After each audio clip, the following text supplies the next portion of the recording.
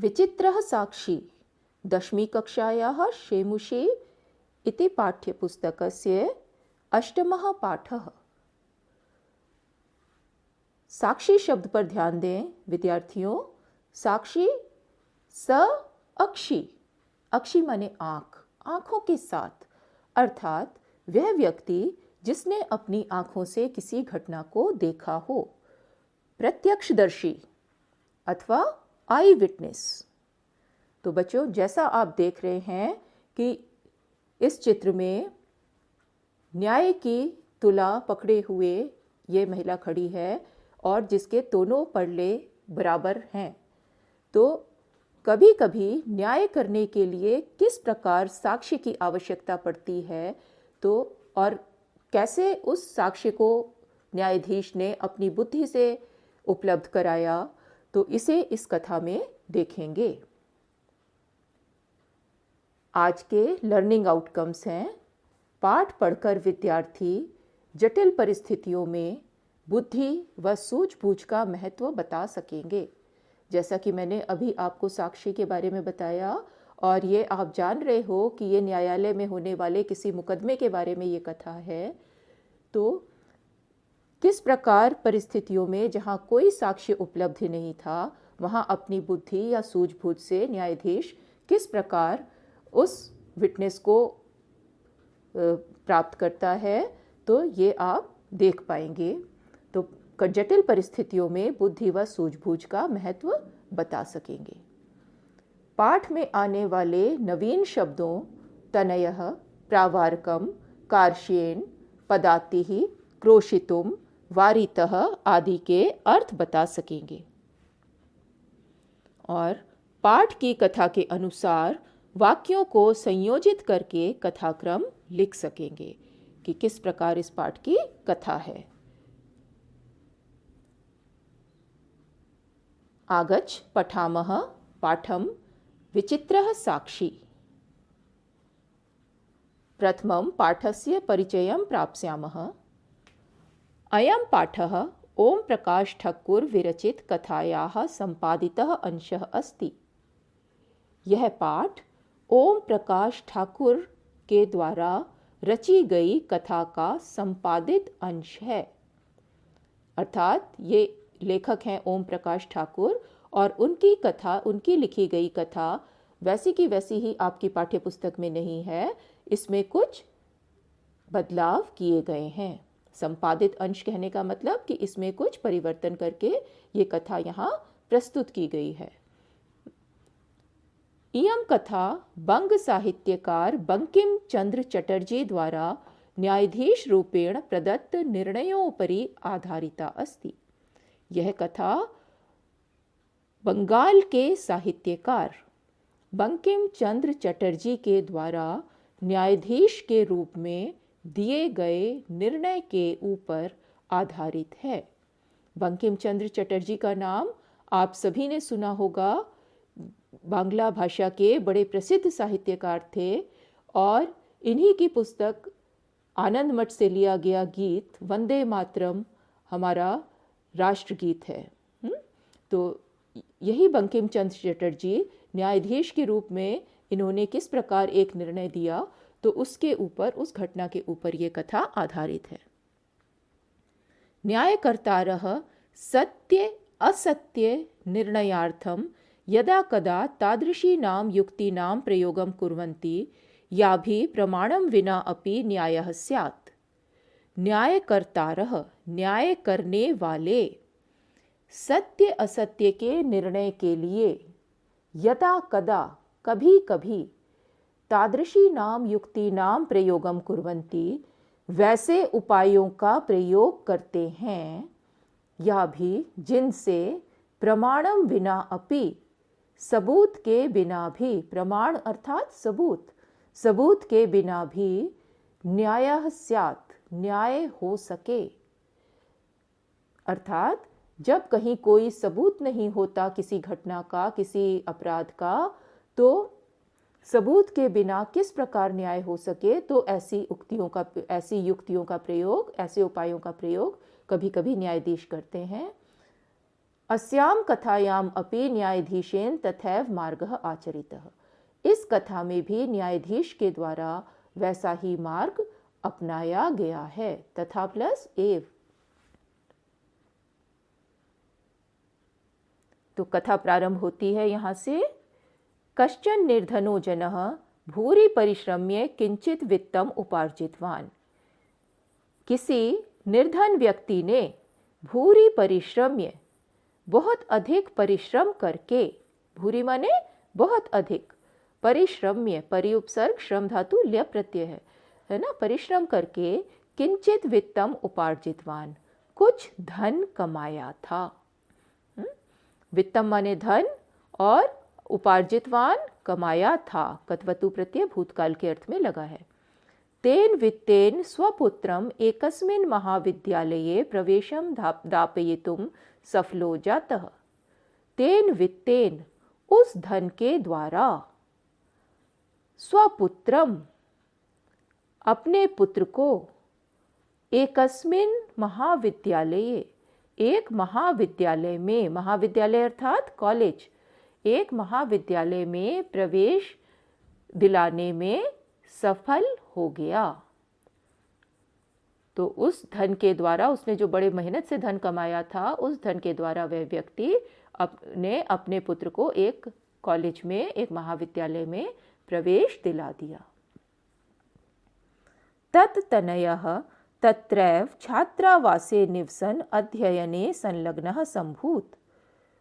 तत्तनयः, तस्य तनयः उसका पुत्र, तत् को ये तत्पुरुष समास है, षष्ठी में उसको लें तो बनेगा तस्य तनयः उसका पुत्र, तनय माने पुत्र। तत्र एव वहाँ ही, छात्रावासे निवसन छात्रावास में रहते हुए, छात्रावास अर्थात हॉस्टल, हॉस्टल में रहते हुए छात्रों के लिए बना हुआ निवास स्थान। अध्ययने संलग्नः संभूत, अध्ययन में लग गया, पढ़ाई में लग गया। एकदा स पिता तनुजस्य रुग्णताम आकर्ण्य व्याकुलो जातः पुत्रम दृष्टुम च प्रस्थितः। एक बार वह पिता तनुजस्य रुग्णताम आकर्ण्य, पुत्र की बीमारी को सुनकर, तनुज माने पुत्र, पहले तनय शब्द था, अब यहाँ है तनुज, इसका अर्थ भी पुत्र है। पुत्र की रुग्णताम बीमारी को, आकर्ण्य सुनकर, व्याकुलो जातः व्याकुल हो गया। एक बार वह पिता पुत्र की बीमारी को सुनकर व्याकुल हो गया। पुत्रम दृष्टुम च प्रस्थितः, और पुत्र को देखने के लिए चल पड़ा। प्रस्थितः चल पड़ा, प्रस्थान किया। परम अर्थकार्ष्येन पीड़ितः स बस यानम विहाय पदातिरेव प्राचलत। परंतु धन की कमी से, अर्थकार्ष्येन, परम अलग करें, परंतु और अर्थकार्ष्येन धन की कमी से पीड़ित वह बस यानम विहाय, बस यान को छोड़कर, पदाति ही एव पैदल ही, पदाति में विसर्ग हैं, र में बदल गए हैं, पैदल ही प्राचलत चल पड़ा। तो धन की कमी थी उसके पास, निर्धन व्यक्ति था, बड़ी कठिनाई से उसने मेहनत से धन कमा के पुत्र का महाविद्यालय में प्रवेश तो करवा दिया, लेकिन बस के किराए के पैसे नहीं थे। उन्हें बचाने के लिए वो बच्चे को देखने के लिए, अपने पुत्र को देखने के लिए पैदल ही चल पड़ा। पदाति क्रमेण संचलन सायं समये अपि असौ गंतव्यात् दूरे आसीत्। पदाति क्रमेण संचलन, क्रमेण क्रम से पैदल चलते हुए, शाम के समय भी, सायं समये अपि, समय के बाद है अपि और फिर है असौ, शाम के समय भी, असौ वह गंतव्यात् दूरे आसीत्, गंतव्य से दूर था, अपने लक्ष्य से अर्थात जहाँ उसे जाना था, जो उसका डेस्टिनेशन था, उस जगह से अभी दूर था। निशांधकारे प्रसृते विजने प्रदेशे पदयात्रा न शुभावह। निशांधकारे रात के अंधेरे में, प्रसृते विजने प्रदेशे फैले हुए सुनसान प्रदेश में, विजन का अर्थ जहाँ पे कोई व्यक्ति ना हो, ऐसे निर्जन प्रदेश में पद यात्रा न शुभावह, पैदल यात्रा करना या पैदल जाना शुभ नहीं है। तो देखो, लूटपाट की कोई घटना हो सकती है, कोई नुकसान हो सकता है, रात का अंधेरा है और वो अकेला पैदल जा रहा है, तो ऐसे में पैदल जाना सुनसान प्रदेश में शुभ नहीं है। एवं विचार्य, ऐसा सोचकर, स पार्श्व स्थिते ग्रामे रात्रि निवासम कर्तुम कंचित गृहस्थम उपागतः, ऐसा सोचकर वह पास में स्थित गांव में, पार्श्व माने पास में स्थित गांव में, रात्रि निवासम कर्तुम, रात्र में निवास करने के लिए, कंचित गृहस्थम उपागतः, किसी गृहस्थ के पास पहुंचा। गृहस्थम, गृहस्थ जो घर में रहता है, गृहे स्थितः, और उपागतः पहुंचा। करुणापरो गृही तस्मै आश्रयम प्रायच्छत, दयालु गृहस्थ ने, करुणा पर, करुणा रखने वाला या दया रखने वाले गृहस्थ ने, गृही गृहस्थ के लिए आया है, तस्मै आश्रयम प्रायच्छत, उसे आश्रय दे दिया। देखो, बंकिम चंद्र जी कब हुए थे, कितने पुरानी ये घटना होगी, है ना, आज से करीब 150 साल पहले की हो सकती है। तो उस समय किसी तरह के होटल्स या इस तरह के रेस्टोरेंट्स या कहीं इस तरह की चीज़ें नहीं होती थीं, तो ये व्यक्ति पैदल जा रहा है, रास्ते में किसी भी गांव में किसी के भी घर जाके उसने आश्रय मांगा और उस व्यक्ति ने उसे न जानते हुए भी उसका स्वागत करते हुए उसको आश्रय दे दिया। देखो, अतिथि देवो भव की भावना किस तरह भारतीय संस्कृति में व्याप्त है। विचित्रा दैव गति, भाग्य की गति विचित्र होती है। दैव अर्थात भाग्य। तस्याम एव रात्रौ तस्मिन् गृहे कश्चन चौरः गृहाभ्यंतरम प्रविष्टः, तस्याम एव रात्रौ, उस ही रात में, तस्मिन् गृहे, उस घर में, कश्चन चौरः, कोई चोर, गृहाभ्यंतरम प्रविष्टः, घर के भीतर प्रवेश कर गया। जिस घर में ये व्यक्ति आश्रय लेकर रह रहा था, उसी घर में रात में कोई चोर आ गया। गृह अभ्यंतरम, दीर्घ संधि है, अभ्यंतर माने भीतर, प्रविष्टः, प्रवेश कर गया। तत्र निहिताम एकाम मंजूषाम आदाय पलायितः, वहाँ रखी हुई, निहित माने मौजूद या रखी हुई, एकाम मंजूषाम आदाय, एक मंजूषा को लेकर, पलायितः, भाग गया। मंजूषा स्मॉल बॉक्स होता है, छोटी पेटी कह सकते हैं, जिसमें अक्सर लोग अपनी कीमती वस्तुएं या आभूषण रखते थे, पैसे या कोई गहने, इस तरह की वस्तुएं मंजूषा में रखी जाती थी। तो वहाँ रखी हुई एक मंजूषा को लेकर वो व्यक्ति भाग गया। चौरस्य पाद ध्वनिना प्रबुद्धो अतिथिः चौर शंकया तम अन्वधावत अगृह्णात् च, परम विचित्रम अघटत।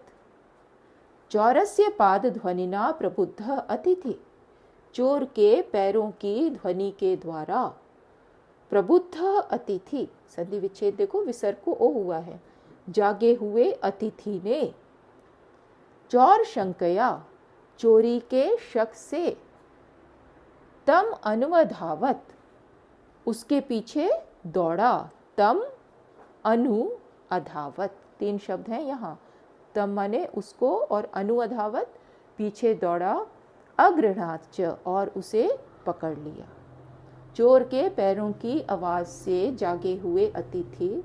जागा हुआ अतिथि चोर की शंका से उसके पीछे दौड़ा और उसे पकड़ लिया। अगृह्णात्, त हलंत और च मिलने से संधि हो गई, त च में परिवर्तित हो गया।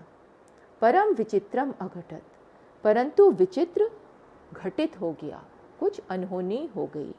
क्या हो गया? चौरः एव उच्चैः क्रोशितुम आरभत, चोर ही जोर से चोर ने ही जोर से चिल्लाना शुरू कर दिया, चोरो अयम चोरो अयम, यह चोर है, ये चोर है इति। अतिथि ने चोर को पकड़ा, निर्धन व्यक्ति ने चोर को पकड़ा, लेकिन विचित्र क्या हुआ कि चोर ने ही चिल्लाना शुरू कर दिया कि यह चोर है, यह चोर है। तस्य तारस्वरेण प्रबुद्धाः ग्रामवासिनः स्वगृहाद् निष्क्रम्य तत्र आगच्छन् वराकम् अतिथिम् एव च चौरम मत्वा अभत्स्यन्। उसकी ऊंची आवाज से प्रबुद्धः ग्रामवासिनः, जागे हुए गांव के लोग, स्वगृहात् निष्क्रम्य तत्र आगच्छन्, अपने घर से निकलकर वहां आ गए। वराकम अतिथिम एव च, और बेचारे अतिथि को ही, वराक माने बेचारा, बेचारे अतिथि को ही चौरम मत्वा, चोर मानकर अभर्त्स्यन्, निंदा करने लगे। भर्त्सना अर्थात निंदा। देखो, वो निर्धन व्यक्ति उस गांव का तो था नहीं, उसके बारे में कोई नहीं जानता था कि ये कौन है, कहाँ से आया है, किस प्रकार का है ना। तो लोगों ने उसको ही चोर समझ लिया और उसकी निंदा करने लगे।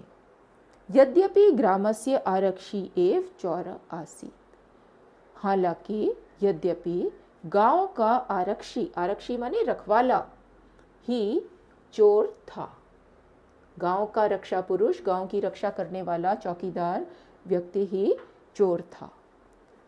तत्क्षणम् एव राजपुरुषः तम अतिथिं चोरो अयम् इति प्रख्याप्य कारागृहे प्राक्षिपत्। तत्क्षणम् एव, उस क्षण ही, रक्षा पुरुषः, रक्षा करने वाले पुरुष ने, तम अतिथिम, उस अतिथि को, चोरो अयम इति प्रख्याप्य, ये चोर है, इति इस प्रकार प्रसिद्ध करके, कारागृहे प्राक्षिपत, जेल में डाल दिया। चोर करने वाला तो खुद रक्षा पुरुष था, लेकिन अब रक्षा पुरुष को तो सब जानते थे गांव में, इस नए व्यक्ति को कोई नहीं जानता था। तो सबने रक्षा पुरुष का भरोसा किया कि ये सही कह रहा है, क्योंकि वही चिल्लाने लगा कि यह चोर है, और उस रक्षा पुरुष ने ही उस अतिथि को यह चोर है ऐसा प्रसिद्ध करके कारागृह में डाल दिया। तो देखो भाग्य से किस प्रकार एक विपरीत परिस्थिति उत्पन्न हो गई। चोर बच गया और जिसने चोर को पकड़ा था वो खुद जेल में पड़ गया। अग्रिमे दिने स आरक्षी चौर्य अभियोगे तम न्यायालयम नीतवान। अगले दिन उस रक्षा पुरुष ने चोरी के आरोप में, अभियोग या आरोप, चोरी के आरोप में उसको न्यायालय ले गया। अगले दिन वह रक्षा पुरुष, आरक्षी या गांव का जो रखवाला था, वह चोरी के आरोप में उस व्यक्ति को, निर्धन व्यक्ति को न्यायालय ले गया। न्यायाधीशो बंकिम चंद्र उभाभ्याम पृथक पृथक विवरणम श्रुतवान। न्यायाधीश बंकिम चंद्र ने उभाभ्याम, दोनों से, पृथक पृथक विवरणम श्रुतवान, अलग अलग सारी बात सुनी। पृथक माने अलग, उभाभ्याम दोनों से, पंचमी है। तो दोनों व्यक्तियों को, उस रक्षा पुरुष को भी बुलाकर उन्होंने सारी बात सुनी और उस अतिथि को भी बुलाकर उसको सारी बात सुनी। सर्वम वृत्तम अवगत्य स तम निर्दोषम अमन्यत आरक्षिणम च दोष भाजनम। सारी बात जानकर, वृत्तम माने घटना या बात, वृतांत, अवगत्य, अवगत्य माने जानकर, वृत्तम के बाद अवगत्य है। स तम निर्दोषम अमन्यत, उन्होंने उसको निर्दोष माना। किसको निर्दोष माना? उस निर्धन व्यक्ति को निर्दोष माना। आरक्षिणम च दोष भाजनम, और रक्षा पुरुष को, गांव के रखवाले को दोषी माना। किंतु प्रमाण अभावात स निर्णेतुम न अशक्नोत, किंतु प्रमाण की कमी से, प्रमाण अर्थात सबूत, सबूत के न होने से वह निर्णय नहीं कर सके। ततो असौ तौ अग्रिमे दिने उपस्थातुम आदिष्टवान्। फिर उन्होंने उन दोनों को अगले दिन उपस्थित होने का आदेश दिया। बंकिम चंद्र ने दोनों व्यक्तियों को अगले दिन आने का, उपस्थित होने का आदेश दिया। अन्येत्युः तौ न्यायालये स्वस्वपक्षं पुनः स्थापितवन्तौ। दूसरे दिन उन दोनों ने न्यायालय में अपना अपना पक्ष फिर से रखा। स्थापितवन्तौ कत्वतु प्रत्यय लगा है द्विवचन में। तदैव कश्चित् तत्रत्यः कर्मचारी समागत्य न्यवेदयत्। तभी किसी वहाँ के कर्मचारी ने आकर निवेदन किया। तत्रत्यः माने वहाँ के कर्मचारी ने समागत्य आकर, सम और आ उपसर्ग हैं, गम धातु लय प्रत्यय, वहाँ आकर न्यवेदयत् निवेदन किया। यत् इतः क्रोश द्वयान्तराले कश्चित् जनः केनापि हृतः, कि यहाँ से 2 कोस की दूरी पर, कोश द्वय अंतराले, अंतराल माने डिस्टेंस, दूरी, कि यहाँ से 2 कोस की दूरी पर कश्चित् जनः केन अपि हतः, कोई व्यक्ति किसी के द्वारा मार दिया गया है। तो न्यायालय के ही किसी कर्मचारी ने आकर निवेदन किया। जब इन लोगों की बात न्यायाधीश सुन रहे थे तो किसी व्यक्ति ने कहा कि यहाँ से, इतः माने यहाँ से 2 कोस की दूरी पर कोई व्यक्ति, किसी व्यक्ति को किसी ने मार दिया। तस्य मृत शरीरम राजमार्गम निक्षा वर्तते। उसका मृत शरीर राजमार्ग के पास है। निक्षा अर्थात समीप। आदिश्यताम किम करणीयम इति, आदेश दें कि क्या करा जाए, क्या किया जाए। तो उस व्यक्ति ने आकर न्यायाधीश को ये सूचना दी। न्यायाधीशः आरक्षिणम अभियुक्तम च तम शवम न्यायालये आनेतुम आदिष्टवान्। न्यायाधीश ने आरक्षी को और अभियुक्त को, आरक्षी वही रक्षा पुरुष जो गांव का रक्षक था, और अभियुक्त यानी जिस पर आरोप लगा था, निर्धन व्यक्ति, उन दोनों को उस शव को न्यायालय में आनेतुम लाने के लिए आदेश दिया। उन दोनों को कहा कि जाओ और उस शव को न्यायालय तक ले आओ। आदेशम प्राप्य उभौ प्राचलताम। आदेश प्राप्त करके दोनों चले गए। तत्रोपेत्य काष्ठपटले निहितं पटाच्छादितं देहं स्कंधेन वहन्तौ न्यायाधिकरणं प्रति प्रस्थितौ। तत्र उपेत्य, वहां पहुंचकर, उपेत्य या अर्थात समीप जाकर या पहुंचकर, काष्ठपटले निहितम, लकड़ी के पटल पर रखी हुई, पट आच्छादितम देहम, कपड़े से ढकी हुई देह को, जब मृत शरीर लकड़ी के पटे पर रखा हुआ था और कपड़े से, वस्त्र से आच्छादित था, ढका हुआ था, तो ऐसे शरीर को स्कंधेन वहन्तौ न्यायाधिकरणम प्रति प्रस्थितौ, कंधे से उठाते हुए न्यायालय की ओर चल पड़े। आरक्षी सुपुष्ट देह आसीत अभियुक्तश्च अतीव कृशकायः।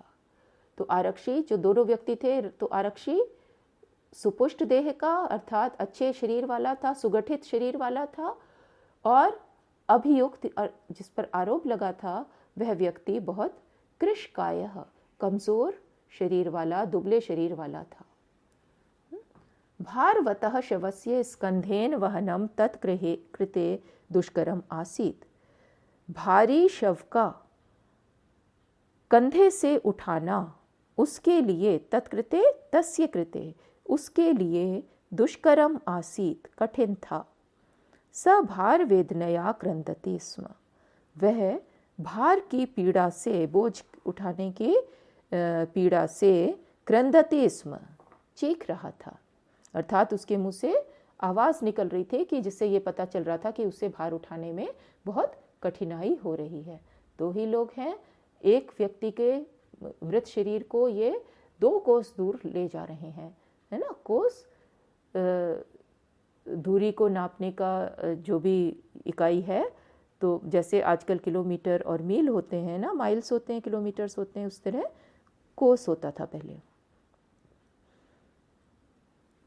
तस्य क्रंदनम निशम्य मुदित आरक्षी तमुवाच। तस्य क्रंदनम निशम्य, उसकी चीख सुनकर, निशम्य अर्थात सुनकर, मुदित आरक्षी तम उवाच, प्रसन्न हुए आरक्षी ने, रक्षा पुरुष ने, तम उवाच, उसको कहा, रे दुष्ट, अरे दुष्ट, तस्मिन् दिने त्वया अहम चोरितायाः मंजूषायाः गृह्णात् वारितः। उस दिन तुम्हारे द्वारा मैं, त्वया अहम, तुम्हारे द्वारा मैं, चोरिताया मंजूषायाः गृह्णात् वारितः, चोरी की गई मंजूषा को ले जाने से रोक दिया गया। वारितः माने मुझे रोक दिया गया, कि मैं उस समय मंजूषा चुरा कर ले जा रहा था, लेकिन तुमने मुझे उस दिन रोक दिया। इदानीम निज कृत्यस्य फलम भुंक्ष्व, इस समय अपने किए का फल भोगो। निज कृत्य से यानी अपने किए गए काम का फल भोगो, अर्थात ना तुम मुझे उस दिन रोकते और ना आज का ये दिन देखना पड़ता। कहाँ फंस गए हो, जेल में पड़े हो, मुकदमा चल रहा है और इस शरीर को उठा के ले जाना है। अस्मिन् चौर्य अभियोगे त्वम वर्षत्रयस्य कारादंडम लप्स्यसे, इस चोरी के आरोप में तुम 3 वर्ष का कारागार का दंड प्राप्त करोगे, कि अर्थात ये जो तुमने चोरी की इसके आरोप में तुम्हें 3 साल के जेल की सजा होगी। लप्स्य से प्राप्त करोगे। इति प्रोच्य उच्चय अहसत, ऐसा कहकर जोर से हंसने लगा। कौन हंस रहा था? रक्षा पुरुष निर्धन व्यक्ति के ऊपर हंस रहा था।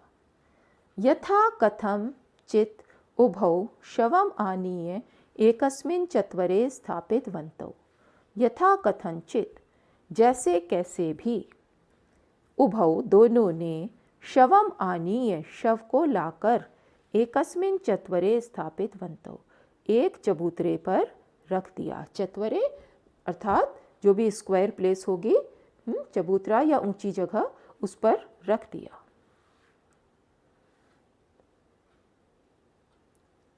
ये देखो न्यायालय का दृश्य देखो, 2 व्यक्ति खड़े हैं, एक तो रक्षा पुरुष है और एक दूसरी तरफ निर्धन व्यक्ति है, और बीच में ये कौन आता है इसके बारे में भी देखते हैं। और आगे न्यायाधीश बैठे हैं। न्यायाधीशेन पुनः तौ घटनायाः विषये वक्तुम आदिष्टौ, न्यायाधीश के द्वारा पुनः फिर से तौ उन दोनों को घटना के बारे में वक्तुम बताने के लिए आदेश दिया गया। न्यायाधीश ने फिर से कहा कि तुम अब घटना के बारे में बताओ क्या हुआ था। आरक्षिणी निष्पक्षम प्रस्तुतवती आश्चर्यम अघटत, आरक्षिणी रक्षा पुरुष के द्वारा अपने पक्ष को प्रस्तुत करते हुए फिर आश्चर्य हो गया, कुछ अद्भुत घटना घटी।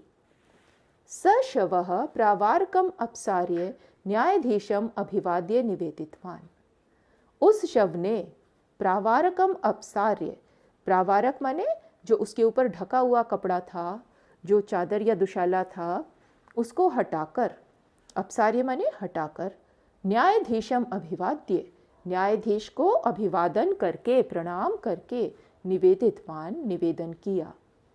शव खड़ा हो गया अपनी जगह से और उसने अपने ऊपर का कपड़ा हटाया और न्यायाधीश को प्रणाम किया और निवेदन किया।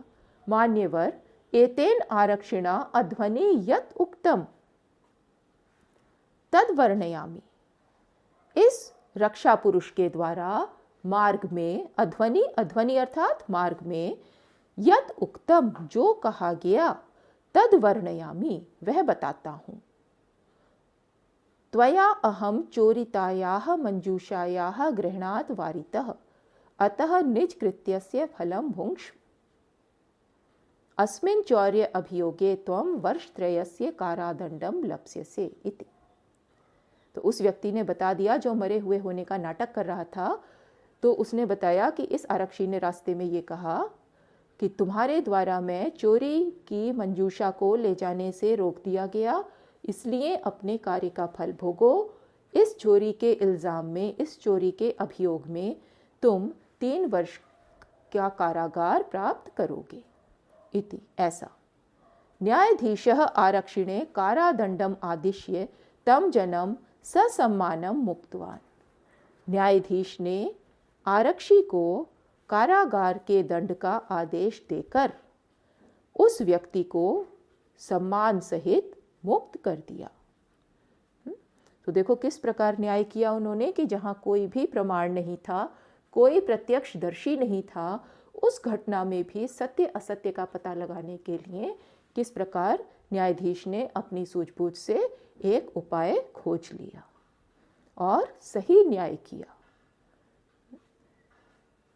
अतएव उच्यते, इसलिए कहा जाता है, कहा गया है या कहा जाता है, दुष्कराण्यपि कर्माणि मति वैभवशालिनः नीतिम युक्तिम समालंब्य लीलयैव प्रकुर्वते। मति वैभवशालिनः, मति माने बुद्धि और वैभव माने संपत्ति। बुद्धि ही जिनकी संपत्ति है, ऐसे लोगों के, अर्थात बुद्धिमान व्यक्तियों के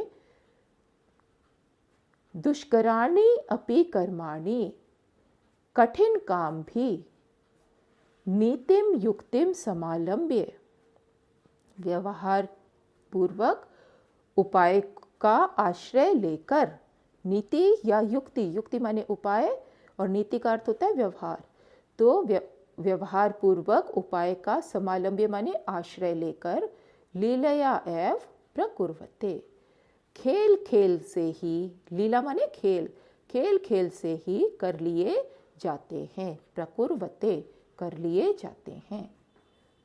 बुद्धिमान लोगों के कठिन काम, बुद्धिमान लोग कठिन कामों को भी नीति और युक्ति का आश्रय लेकर खेल खेल में ही उन्हें सुलझा लेते हैं। तो ये इस पाठ का निष्कर्ष निकल कर आता है। तो आप लोगों ने सबने ये पाठ पढ़ा, बहुत रोचक कथा थी। तो आज के ये लर्निंग आउटकम्स जो प्राप्त हुए कि अब आप इस पाठ को पढ़कर जटिल परिस्थितियों में बुद्धि व सूझबूझ का महत्व बता सकेंगे कि किस प्रकार सूझबूझ से या बुद्धि से काम लेने से जटिल परिस्थितियों भी या समस्याएं भी सुलझ जाती हैं। और पाठ में आने वाले नवीन शब्दों तनयः प्रावारकम, कार्ष्येन, पदातिः, क्रोशितुम, वारितः आदि के अर्थ बता सकेंगे। पाठ की कथा के अनुसार वाक्यों को संयोजित करके कथाक्रम लिख सकेंगे। तो इस प्रकार ये आज के लर्निंग आउटकम्स प्राप्त हुए। तो अब ये पाठ यहाँ समाप्त होता है। धन्यवाद।